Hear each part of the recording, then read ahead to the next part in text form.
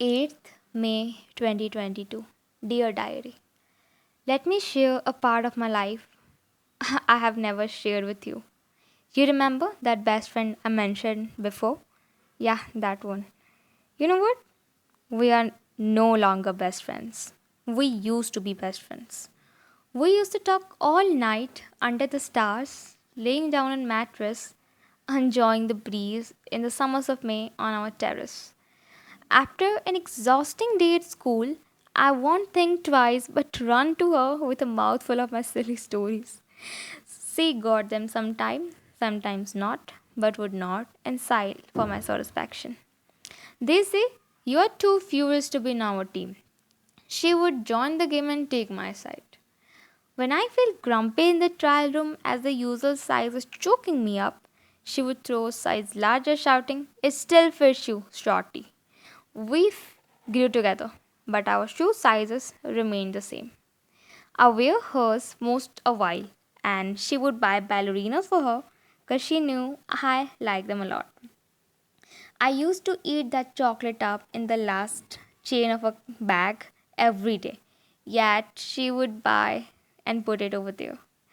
When I refused to buy a size larger so that it will fit both of us, she would buy a size smaller of the t shirt so that I can wear it comfortably.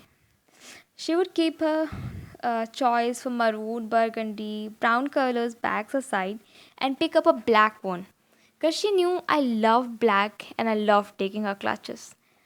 She leans towards movies of different themes but used to sit with me to watch those boring documentaries.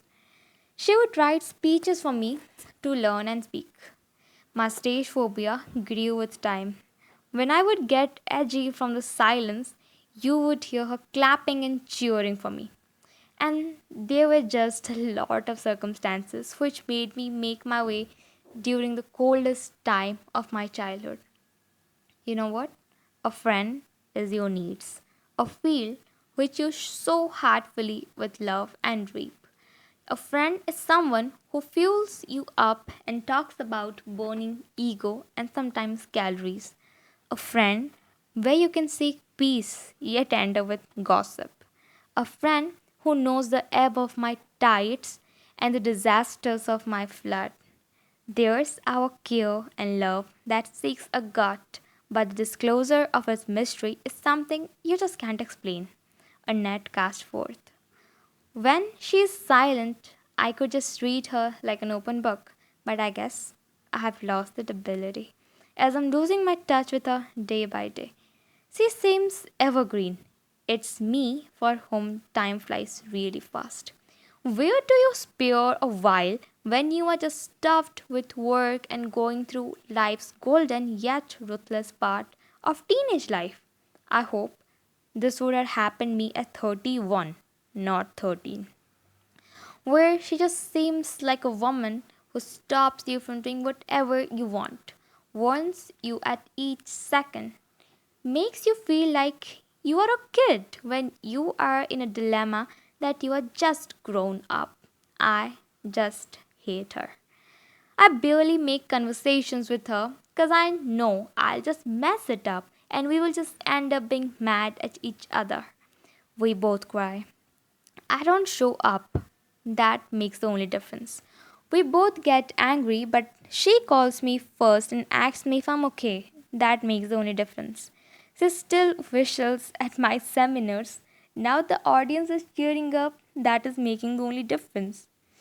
She still puts that chocolate in a bag and I don't eat it because I'm angry. That is making the only difference.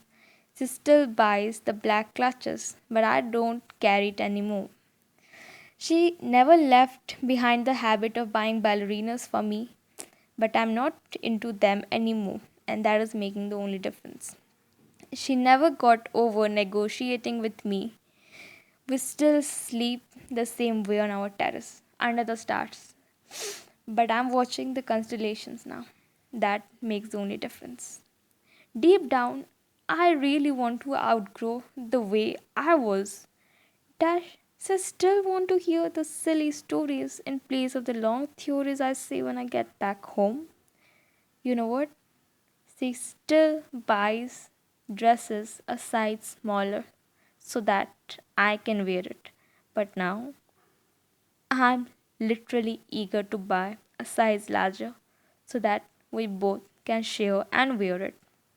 And I hope that will make a difference. I could never open up like this in front of you before. I would really like to apologize for all the stupidness this teen made you to do.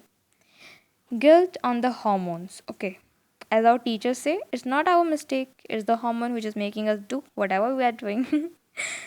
By the way, I'll never blame it on myself, you know? That won't make a difference. So, what about getting back the way we are? Getting back to best friends? I'll stop now. I'll get back to study, huh? You know what? It's actually very, very, very easy to love you, Mama. Happy Mother's Day, Mom.